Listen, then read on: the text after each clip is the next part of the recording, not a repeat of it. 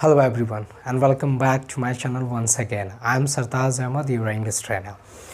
And in this session हम लोग आज बेसिक इंग्लिश करने जा रहे हैं जिसमें हम लोग जानेंगे कि इंग्लिश क्या है. So I want to say everyone, it's my deep request to everyone कि look at the board once और उसके बाद हम लोग proceed करेंगे. Okay. So लिखा हुआ है कि treat English as a language, not as a subject. Means English को आपको एक लैंग्वेज के रूप में लेना है, सब्जेक्ट के रूप में नहीं लेना है. मैथमेटिक्स एक सब्जेक्ट है जिसमें सारी चीज़ें फिक्स होती है. लाइक 2 + 2 4 होता था, आज भी है और प्रोबेबली आने वाले दिनों में भी रहेगा. बट इंग्लिश लैंग्वेज में जब आप देखेंगे तो वेरिएशंस आते रहते हैं. आई के साथ कभी वॉज यूज करते हैं तो कभी वर भी यूज करते हैं. आई के साथ कभी सैल यूज करते हैं तो कभी विल भी यूज करते हैं. मीन्स वेरिएशन जो है वो आते रहते हैं. इसलिए मैंने आपको एक मार्क करने के लिए दिया यहाँ पर बोर्ड पे कि treat English as a language not as a subject. Clear? So let's get started today session. और इसमें हम लोग जानेंगे first of things that is alphabet. So I want to ask a question to you all. How many alphabets there in English language? आप may be कि आप wrong हो, आप कहेंगे 26, जो एक टोटली रॉन्ग है.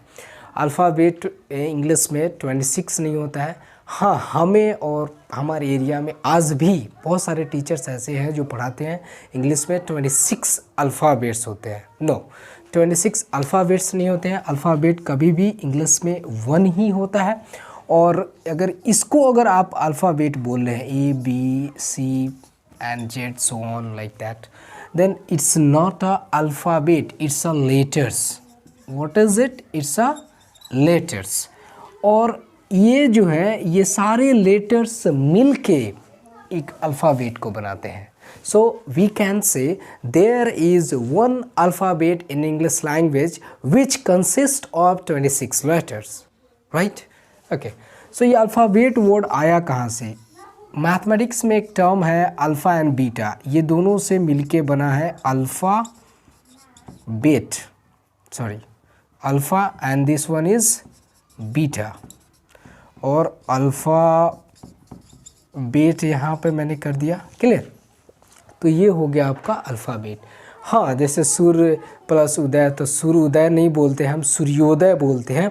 उसी तरीके से इंग्लिश में कुछ लेटर्स को हम हटा के उसको एक नया बनाते हैं, जैसे हिंदी में होता है उस तरीके से इंग्लिश में हम लोग करते हैं. हाँ, हिंदी में भी कुछ ऐसे लेटर्स होते हैं जिसे हम लोग वर्ण करते हैं, जैसे अ आ ई हर सही दीर्घ इस तरीके से पढ़ते हैं. क ख ग घ पढ़ते हैं. वो सब के सब वर्ण हैं. जब इस सब को एक साथ लेके आते हैं तो वो वर्णमाला बन जाता है. And look at, same meaning जो होता है अल्फ़ाबेट का होता है. हाँ, अगर आपको लगता है कि मैं गलत पढ़ा रहा हूँ, मीन्स कि इंग्लिश में तो आज तक 26 लेटर्स होते हैं, तो go pause the video and go on the Google और सर्च कीजिए वहाँ पर. Then you will find same here. Means कि अल्फ़ाबेट 1 होता है and it consist of 26 letters. Clear students? Okay. So now जो है यहाँ पर अब हम लोग करेंगे कि ये अल्फ़ाबेट्स हो गए तो इसमें 5 वॉवल्स होते हैं, vowels. Okay. And 21 consonants. Okay. अब इन्हीं लेटर्स को जब हम एक साथ सजाते हैं, जैसे इन्हीं लेटर्स में से मैंने ले लिया सी और ले लिया ओ और ले लिया डब्लू, तो ये एक मीनिंगफुल कॉम्बिनेशन ऑफ लेटर्स है. और मीनिंगफुल कॉम्बिनेशन ऑफ लेटर्स जब आते हैं तो ये कहलाता है वर्ड. क्या कहलाता है? Words. Means meaningful combination of letters is called words. अब इसी वर्ड को जब हम एक और इसको थोड़ा सा एक्सपैंड करते हैं, मीन्स कुछ और वर्ड्स इसके साथ जोड़ते हैं, तो क्या होता है? जैसे मैंने एक लिखा है यहाँ पर, cow is an animal. Okay. So यहाँ पर इसको हम ना ग्रुप ऑफ लेटर्स बोलेंगे, ठीक है, ये लेटर्स नहीं है, अब ये ग्रुप ऑफ वर्ड्स हो गया है। ग्रुप ऑफ वर्ड्स जो मीनिंगफुल हो, जो मीनिंग दे, उसे हम लोग बोलते हैं sentence. Means a meaningful combination of letters is called words and a meaningful combination of words is called sentence. Clear? तो ये हो गया आपका। अब हम लोग जानेंगे कि how many components of sentences are there. Okay, so चलिए कुछ एग्जाम्पल से हम लोग समझते हैं कि components कितने होते हैं। और फर्स्ट ऑफ ऑल मैं इसको वाइप आउट कर दूँ। Yeah.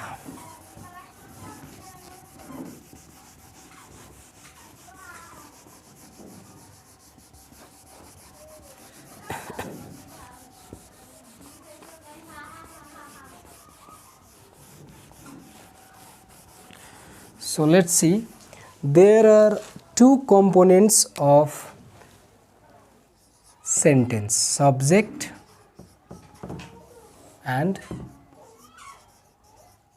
predicate. एक सब्जेक्ट होता है और एक होता है प्रेडिकेट। तो सब्जेक्ट क्या होता है? सब्जेक्ट जिसके बारे में कुछ कहा जाए, एक सेंटेंस हो जिसके बारे में कुछ कहा जाए, वो सब्जेक्ट हो गया। और जो कहा जा रहा है वो आपका प्रेडिकेट हो जाता है। इसके बारे में कुछ कहा जाए वो सब्जेक्ट, और जो कहा जा रहा है वो क्या हो जाता है? प्रेडिकेट। क्लियर? या कुछ और राइटर्स होते हैं जो कहते हैं कि सब्जेक्ट को निकाल दिया जाए तो बाकी के सारे जो होते हैं वो प्रेडिकेट होते हैं। मीन्स सब मिलाकर यही है कि सेंटेंस में जिसके बारे में कुछ कहा जाता है वो सब्जेक्ट होता है, और जो कहा जा रहा है, जो उसके बारे में रिमार्क्स दिए जा रहे हैं वो प्रेडिकेट होते हैं। लाइक मैं बोलता हूँ कि Delhi is the capital of India. So Delhi यहाँ पर जो है वो क्या हो जाएगा? सब्जेक्ट हो जाएगा, और बाकी के जो है जो कहा जा रहा है is the capital of India, वो प्रेडिकेट हो जाएगा।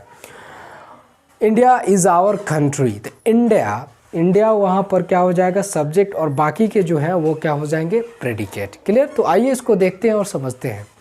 जैसे एक मैं एग्जांपल लेता हूँ, फायर बर्न्स। फायर जिसके बारे में कहा जा रहा है और जो कहा जा रहा है, फायर बर्न्स, ये हो गया। और ये ज़रूरी नहीं है कि सब्जेक्ट जो है हमेशा एक ही वर्ड का हो या दो वर्ड का हो, नहीं। सब्जेक्ट छोटा एक वर्ड का भी हो सकता है, दो वर्ड का भी हो सकता है, और नाउन फ्रेज भी मिलकर एक से सब्जेक्ट को बनाते हैं। जैसे मैंने यहाँ पर लिखा कि अ फियर्स फायर,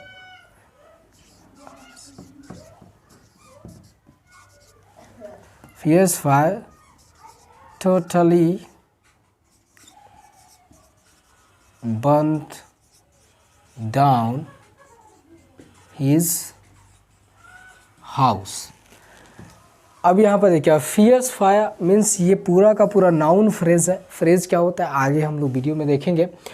तो यहाँ पर फर्स्ट सेंटेंस में आपने देखा कि फायर जो एक वर्ड था और वह सब्जेक्ट था, प्रेडिकेट भी एक वर्ड का था। लेकिन यहाँ पर fierce fire totally burn down his house, उसके घर को फियर्स फायर मतलब भीषण आग पूरी तरीके से उसके घर को जला दिया।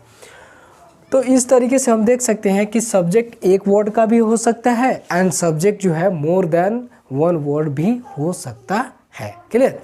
अब कुछ और लेते हैं। जैसे यहाँ पर मैंने बोला थैंक यू।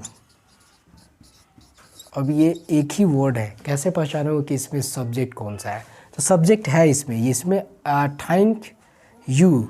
तो मैंने यहाँ पर कहा, मैंने कहा ना, तो आई जो है क्या, वो अंडरस्टूड है, अंडरस्टूड। क्लियर? या फिर गो, मैंने कहा गो, तो मैंने ही तुम्हें कहा जाओ भाई जाओ। ठीक है? तो अभी मत जाओ, अभी वीडियो कंप्लीट है, थोड़ा सा इसको कर लेते हैं, उसके बाद जाना। गो जो है यहाँ पर आई मैंने लिखा, तो ये भी क्या है? अंडरस्टूड है। क्लियर?